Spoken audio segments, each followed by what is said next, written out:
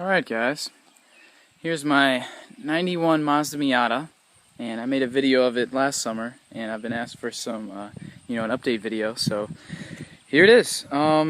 Yeah, things that I've done to it, as far as the exterior goes, I got some new, I can't tell you the brand of them, but, some new turn signals, and, they replaced the old, faded and cracked ones, so those look pretty great, and, I got a, R package front lip, so I think it's like 56 bucks on eBay, and I think they've made an R package and it's kind of the OEM style, but it's obviously not OEM. But then what I did is bought some wire mesh stuff at Home Depot, a big old roll of it, and I just cut it out, cut out a template kind of, and tried to fit it on there and just cut it back out, pull it out, cut it again, trimmed it, and finally got it to fit, and it looks pretty sweet.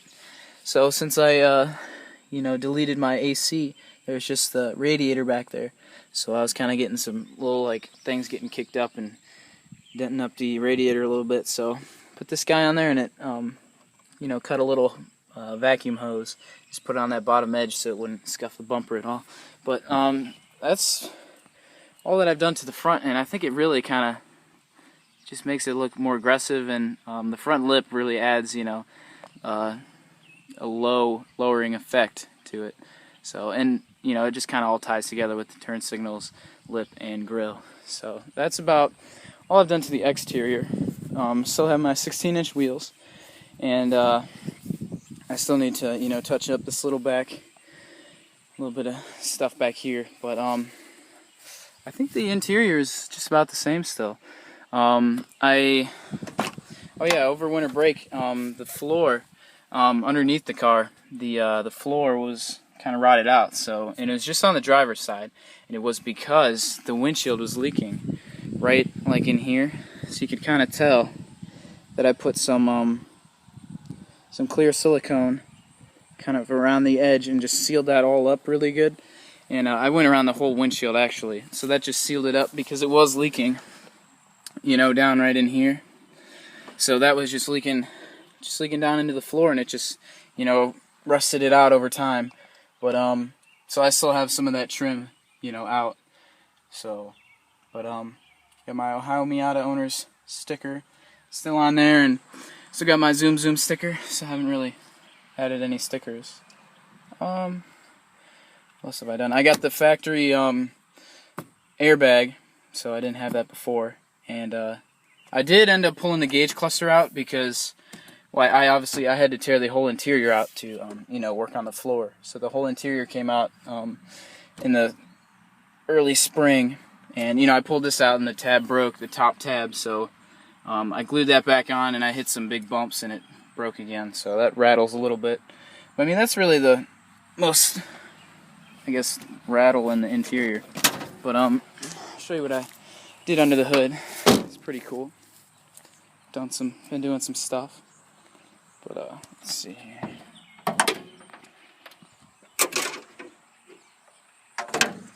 Okay, what I've done under the hood is I ended up finding out my problem. If you watched my last video, I was having a problem with the hesitation and kind of bog under acceleration. So the idle was terrible, and what that ended up being was it was the evap system. So there was a condenser that sat right in here, and pretty much it would suck fumes from the gas tank, and it would bring them up into the evap canister, and then there was a little purge valve solenoid, and that would, when the engine was warmed up, it would open it up, and it would run and burn it off into the intake manifold. So I just deleted that, and it runs great. I vented the line that the fumes come from the gas tank. I just vented that out underneath the car, so no big deal. It runs so much better. It just runs great now.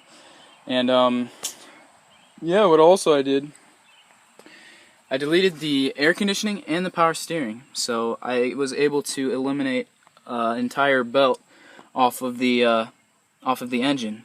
So I could definitely tell a difference in response and power, and that's just some drag that I eliminated from the engine. So it really runs great, and the I had to loop the lines on the steering rack.